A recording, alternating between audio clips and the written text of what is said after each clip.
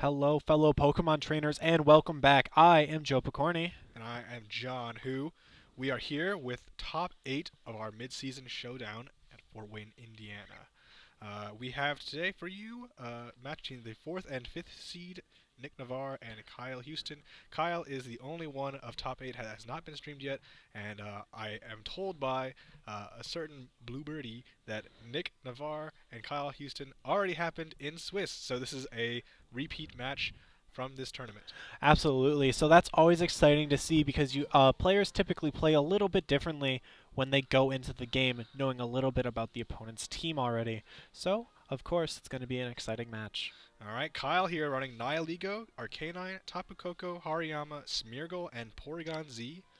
And Nick Nails is going to be running Arcanine, Kartana, Persian, Snorlax, Tapu Fini, and Tapu Koko. All right, so we kind of already got a preview of Nick's team during Swiss, and we do know that the Persian has foul play, fake out, the normal things you would expect a Persian to have, as well as the Z move being on that Kartana. So hopefully Kyle has already figured that out. Looks like we actually have a slight switch up here. There we go. Yep, got it. Perfect. And yeah, so Kyle has got a Porygon Z, which we also saw used by Jared, and that was it was a Scarf version, but this one we don't know if it's Scarf or not. We haven't seen it yet. Absolutely. Supported by Smeargle, I would be a little inclined to say that it's probably the conversion set that you would use, a Z conversion. Absolutely. Z conversion, Porygon Z is super strong, especially with the potential from the Tapu Koko to just use really strong discharges or Thunderbolts. And Hariyama with Smeargle, there's a lot of potential for setup here. Nihilego could be carrying Trick Room, for example. That's definitely something that Nick would probably have already scouted for during Swiss. So we'll see how these players dance around each other on this, I guess, fourth battle of theirs. But game one of this set. All right, let's hop right into it.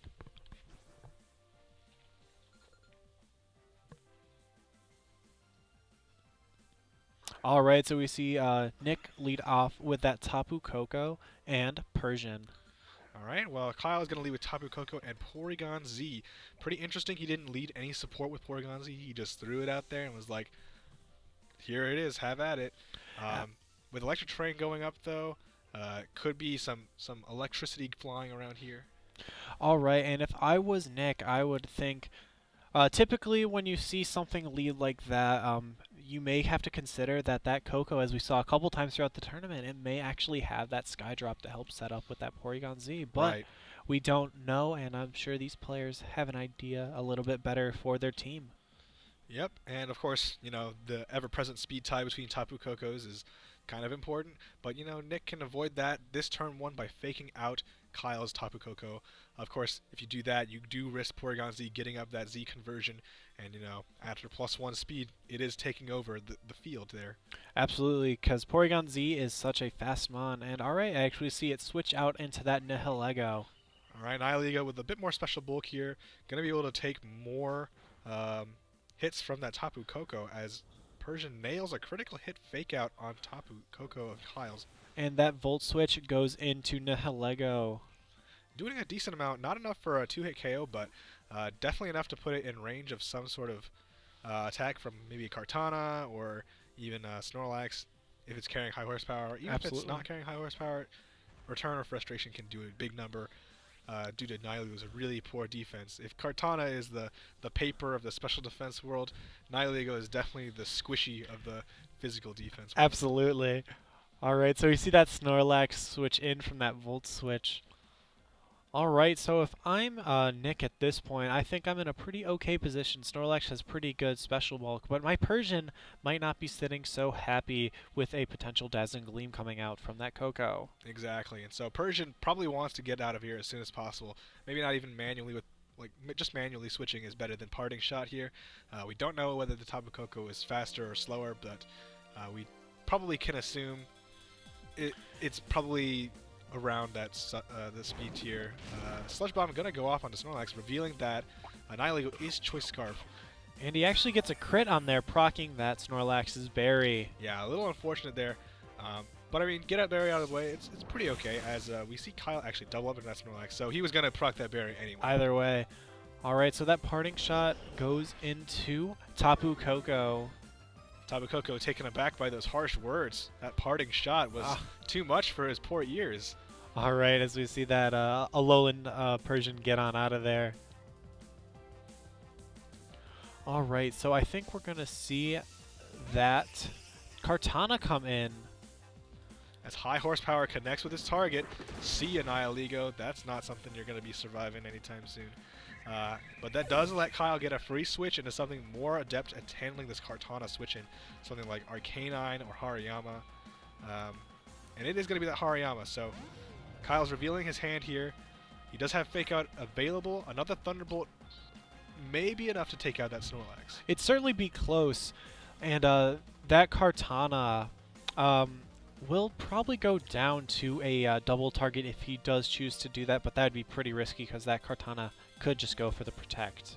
Right, and you know, Hariyama here, we don't know if it's Guts or anything, but if a Flame Orb procs, it'll immediately have way more pressure here. And you know, Hariyama, even though his defenses aren't great, has a big pool of HP to rely on, so definitely able to take hits here and there. Absolutely. So even though Nick is currently up in the Pokemon advantage, I still think it's still definitely anyone's game to win at this point because that Snorlax did get crit and is now at like below half health. Yeah, so Kartana gonna switch out in favor of Persian. Hariyama's gonna go for that Feint, trying to make the hard calls, and you know, Feint's good damage and all. Thunderbolt going into that Persian as well. I mean, there's no reason to go for the Feint play if you're going to Just not attack it. So high horsepower is going to miss, unfortunately. The curse of 95 accuracy strikes again. Absolutely, and that Persian is just outside of its own barrier range. So that was a very rough turn for Nick. Yeah, so here, Kyle's kind of got the power in this situation. No matter who Nick chooses to Fake Out, the other Pokemon outspeeds and can KO Snorlax, although Tapu Koko might be more of a roll than a guaranteed solid KO. Yeah. Meanwhile, Persian has no way to really hurt itself into that barrier range. So it's just going to be stuck there until it gets knocked out, basically. Yeah, that's always the rough thing about running Mons that don't have like Gluttony or a very consistent way of knocking themselves down. So just like a little bit more HP so they can get those berries back. Tapu Koko going to switch out here, probably calling that Fake Out right there, or maybe calling no Fake Out at all. Here's that Fake Out into the Porygon Z slot, so good call on Kyle's part. He And has the Porygon Z here. Hariyama goes for that close combat into that Snorlax, able to pick up that KO even without the potential for that Guts boost. Yeah, with a defense drop though, I could probably see Hariyama switching out soon. Though switching back into Tapu Koko is something you usually don't want to do. Porygon Z isn't quite ready to set up if it's not quite safe, so you know, we may see some sort of board position swap here. Absolutely. Hariyama, though, if it can just get off that close combat into the Alolan Persian, that'd be a kitty that will no longer be sitting there. But we see that Tapu Koko come in. Yeah, so Tapu Koko coming in does do a good amount of threatening on Porygon Z's end. Persian definitely can't do much, but it can taunt, which won't stop the Z conversion, but can stop protects on future turns, or parting shot to negate the boosts gained from Z conversion. Of course, if you do those things, then Hariyama is kind of allowed to do something. And Hariyama is a strong Pokemon, so. Yeah, I'm not sure what too much it'd be able to do against this Tapu Koko at this moment, but it does learn Poison Jab as one of its moves, but Porygon Z just goes for that Protect. Alright, and Tapu Koko gonna Thunderbolt right into that Porygon Z's Protect as Persian foul plays into Hariyama. A resistant attack, but with that minus defense, it's gonna do a big chunk of it. And close combat, gonna go in to Tapu Koko. Very interesting. Doing a heck of a lot of damage with that critical hit. Oh, wow. Yeah, maybe even enough for feint range if Kyle maybe lands a high roll or it'd be close. Something like that. Because Hariyama, without the boost from Guts, is not the strongest thing. But, I mean, if he thinks it's worth going for it, I think if he knows his calcs, I think it's definitely a certain play that he can make. Now, Electro Train just fell off, so Kyle is actually kind of in a prime position to get that Z conversion set up. It is guaranteed to survive with no crit, as Feint does in fact KO with another crit. Very unfortunate on Nick's end. Fortunate for Kyle, of course. Here comes that foul play into the Porygon Z. Not going to do too much as the Z conversion does come off. All right, and I expect that we're probably going to see the Electric Z conversion here since he does have the Tapu Koko on his team. All right, Z conversion. What type's he becoming? All right, we do see him transform into that Electric type. Yeah, so it's looking pretty grim for Nick now since Porygon definitely outspeeds Kartana, and we know it's not Sash. I'm sure Kyle knows this as well. And under Electric Terrain with adaptability, I don't think there's any sense of the word of survivability with this Kartana. Absolutely. All right, so I think this game is pretty much all but won for Kyle. But, I mean, you never know. Nick is one of the best players, so we can see if he's able to pull it out.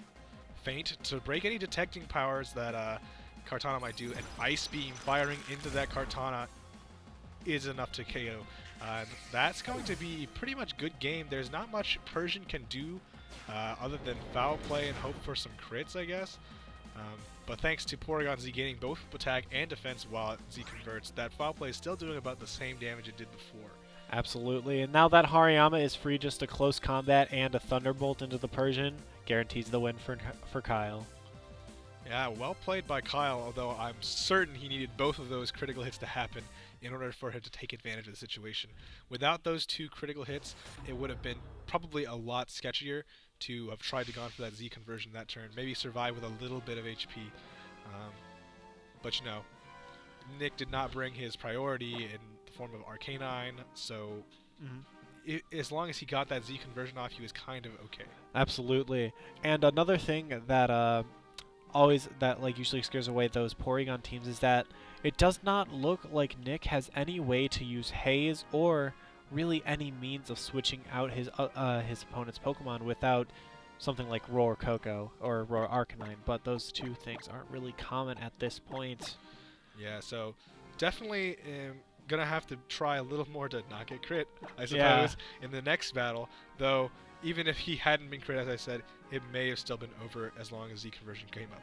Because you feint again, the Tapu Koko goes down, and then Persian feints as well to your attack, and it becomes kind of a similar situation where Porygon Z just runs over. Absolutely. And I think that Tapu Koko might have been within range of its own Life Orb damage at that That's point. also so true, yeah. So he would have been able to take himself out, yeah, and if he didn't do enough damage, then you're still in the same position. absolutely. So I think that that first close combat crit definitely mattered, but that's why it's best of 3. He has a chance to pull it back here. All right, and we did see that Nihilego was Choice Scarf, and Nails probably already knew that, but now he's a little more cognizant of what he can expect going forward. He knows that Kyle is kind of okay with throwing his Nihilego away for some damage on Snorlax or other Pokemon. Meanwhile, we haven't really figured out how he deals with things like Tapu Fini or Arcanine, since they weren't brought. Absolutely. So we'll see if Nails brings either of those two to kind of adjust for this scenario. All right, as we're going to hop right into this second game of the top 8.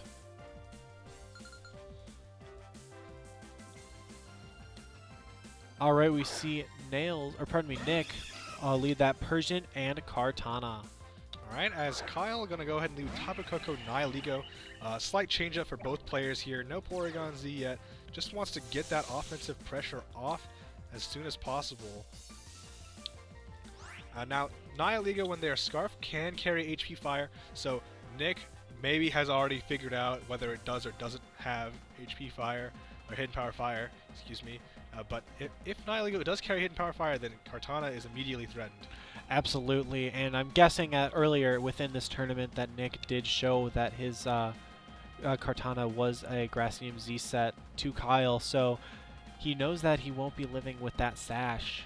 Right. And, you know, Persian can help by faking out, but then you leave the Tapu Koko available to attack the Kartana, and that's not something you want either, especially in electric terrain. Absolutely. All right, as time seems to be ticking down here for Kyle. Making the final last-minute decisions here, as we see Nihilego switching out, so maybe not carrying HP Fire, or maybe not wanting to get Fake Out and then knocked out by a Bloom Doom. Absolutely. perhaps, as Arcanine comes in and reduces the power of that Kartana. All right, as we see Tapu Koko actually just go for the Protect here. Doesn't want to get faked out, doesn't want to get Bloom Doomed. Fake out, gonna land at that Protect, so nothing here as Bloom Doom does indeed come out. Probably targeting that Arcanine, but you know, he could have also went after the Tapu Koko. It's really up to Nick's choice there. Absolutely. That was a very smart play on Nick's part. That was a very safe, or pardon me, on Kyle's part. Because even if the Arcanine does take a Bloom Doom, it's not going to be taking too much damage. Alright, we'll see the damage here. It's going to be about 20, 30, 40? Oh, that was more than I was expecting. 35%, something like that. And, you know, that kind of does indicate some sort of difference in spread. And maybe it's more of a offensive Arcanine since it didn't really take that Bloom Doom very well. And, you know, that's something that Nick can capitalize on with Foul Play version. If you figure that Arcanine is more offensive, you can go for the Foul Play and try to pick up a cheeky knockout. Absolutely. Arcanine is a more physically offensive mon than it is especially offensive mon. So typically Persians are going to be able to go for that and just go for some pretty decent damage. But without the potential, or sometimes without the berry, that damage is just outpacing what the Arcanine can do to it. But we see that Kartana switch out into Snorlax. Tapu Koko going to go for that Thunderbolt into Persian. Doing well over what it did before. Gonna proc that berry. Thanks to that parting shot from last game, I think maybe Kyle forgot he was -1 at that point in time. So taking advantage of that, Nick was able to kind of have that in the bag. And you know, that was almost close to being that cheeky KO I mentioned. But absolutely, it might actually get it here with that self recoil damage. Yeah. So in exchange for a bunch of damage and proccing the berry on Snorlax, Kyle's gonna trade his Arcanine. Arguably a bad trade, but we'll see what he brought as his backmon, because that's what matters here. If it's Porygon Z, this is a prime time to bring it in and set up. Absolutely, that Snorlax isn't going to be doing too much damage without any setup, and that Persian is not going to be able to do too much with the foul play at this point. Alright, so Porygon Z does indeed come in. Tapu Koko from Kyle's side looking ready to get a KO on Persian. Throw out a Dazzling Gleam maybe. And you know, Porygon Z is looking pretty free to get that Z conversion off and start spamming some Thunderbolt. Absolutely. It's always fun seeing Porygon Z get to do its thing because it's such an interesting mon with its dubious disc.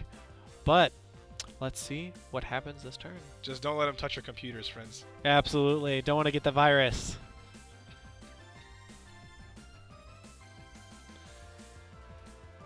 Snorlax has an opportunity to curse here, but we'll see what happens. Persian's going to switch for Koko.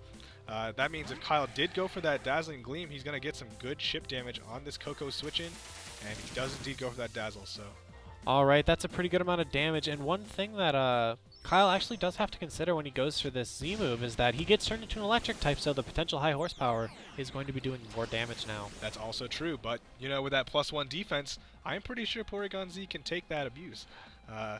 Let's see how it goes for our friend Kyle. There is the high horsepower, but another miss. The best way to not take any damage is to just dodge, but maybe that's not what Nick wants right now. Absolutely. Especially with his train of luck, this set, it's not looking too great. A Thunderbolt from Porygon Z definitely ends that Snorlax from this range, and you know, right outside of berry range, really unfortunate, although I guess he already procced it, didn't he? Yeah, he already used that berry, so unless that Snorlax can live somehow with just a sliver of HP and then maybe get off a recycle, I don't think it's going to be lasting here too much longer. Our friend just really can't wait to throw out that Thunderbolt. Absolutely. I see him spasming around. So Thunderbolt going into Snorlax, gonna get that easy knockout. Nick's gonna win that speed tie though and get a Dazzling Gleam. Alright, and then I think we're probably just gonna see another Dazzling Gleam coming out here from Kyle's Tapu Koko. Yeah, so looks like Kyle's really just gonna run Nick over with his boosted Porygon Z, and he does have to watch out for the one fake out turn that Nick is going to get from this turn, but since, you know, Porygon Z is still faster than both of Pokemon and Tapu Koko is also faster than both Pokemon, no matter who he chooses to fake out, Kyle gets an attack off. Absolutely. This was a very rough game for Nick because of a couple of unlucky strokes earlier in the game. as well as earlier in the pardon me, in the other game. But unfortunately, that is the game we play. But let's see if Nick is going to be able to pull it back here. Yeah, there's still options, like if Kyle decides to double protect, Nick can capitalize by getting that substitute up. But no protect here, just a fake out from Persian to try and stop one of two Pokemon, but Thunderbolt from Porygon Z, way too powerful for our little paper friend. He's going to go down, and Persian not looking like the happiest cat on a Monday morning, except it's Saturday, so... Alright, so it's looking like that Persian is just going to go down to a Thunderbolt from either of these Mons, and Kyle is going to take this match. Yeah, so I'm not sure how they matched up in Swiss. I don't recall who won that game, but, you know, Kyle won the one that mattered in cut, so he will be the one moving on to top 4 after the rest of our rounds finish, and yeah. Absolutely, but either way, good job to both players for making it this far. Alright, and you're sure to see both of these players at future midseason showdowns as well. Both excellent in their own right. Alright, but I think that's all we have for this round, so we will see you guys for real top soon. 4.